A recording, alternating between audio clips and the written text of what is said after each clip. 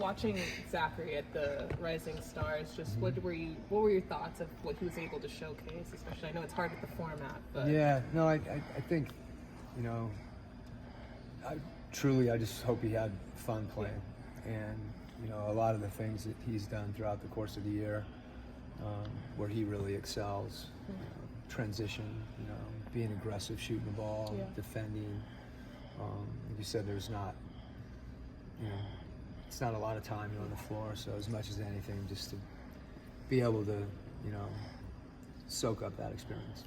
And then with 27 games left now, you never want to say each of them count, but Yeah. you're kind of at the point of the season when they all could affect where you end up in the playoffs or the postseason. Just what are you looking for the guys to show or do? Yeah, I think, you know, this is the time where everybody, you know, are you 1 game out, 2 games out, 3 games out? Like, where are you? 5th, 6th, 9th,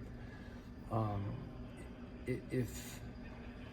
If we could be, like, our challenge is to be the best team we can be during this period of time, and that gives you the opportunity to continue to play. Because you really don't know.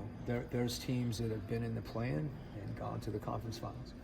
There's teams that have been the number 2 seed and not gotten out of the first round. You don't really know. There's matchups, there's injuries, there's so many things. I mean, just like, you know, the first half of the year. You know, if you told me we didn't have Jalen Johnson, you know, that's tough, but we don't have him. So what is it that we can do to keep getting better? Larry, Beat's playing as well as anybody on our team. All of a sudden, we don't have Beat. So what we do have is a group of guys that, in my mind, can get better between now and the end of the year, and that needs to be the goal.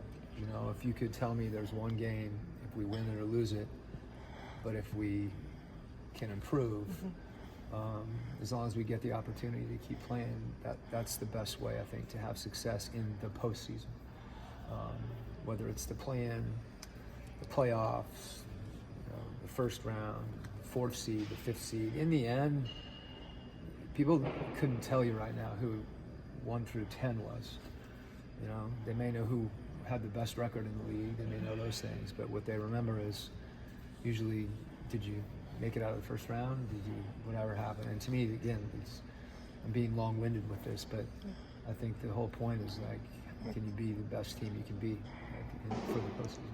And then with Karis, Terrence, and George, they have like a collective 124 playoff games between them. Just what are some of those small intangible things that maybe the casual fan may not know that they can add to this team, which is so young?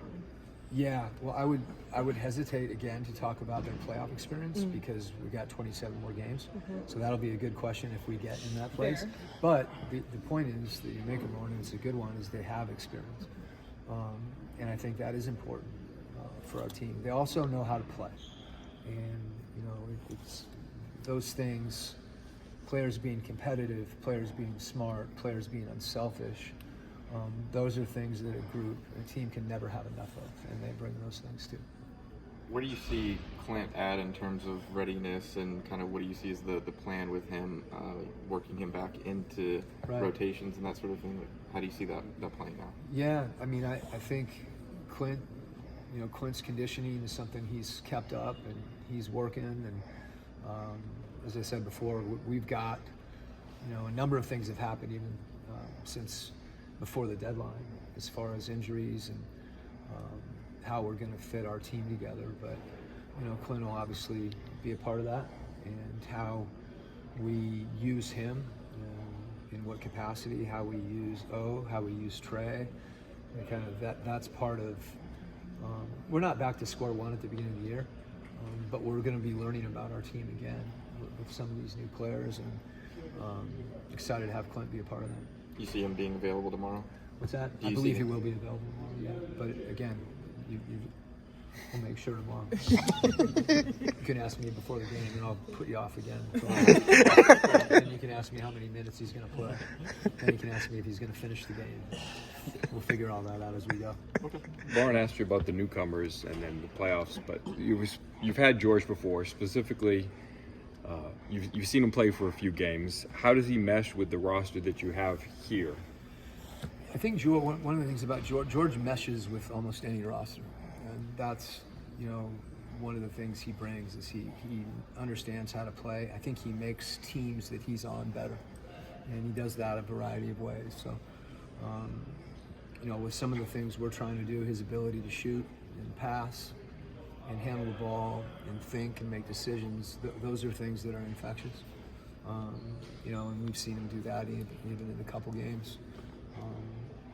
So I think he's a good fit with our guys, with some of the young guys, with our bigs. There's just some versatility that he brings on the offensive side of the ball, and he's smart. He's a smart defender. He'll be the first one to tell you he doesn't look like an opposing defensive matchup, but you'd be surprised when people try to attack him how much pride he has in his defense.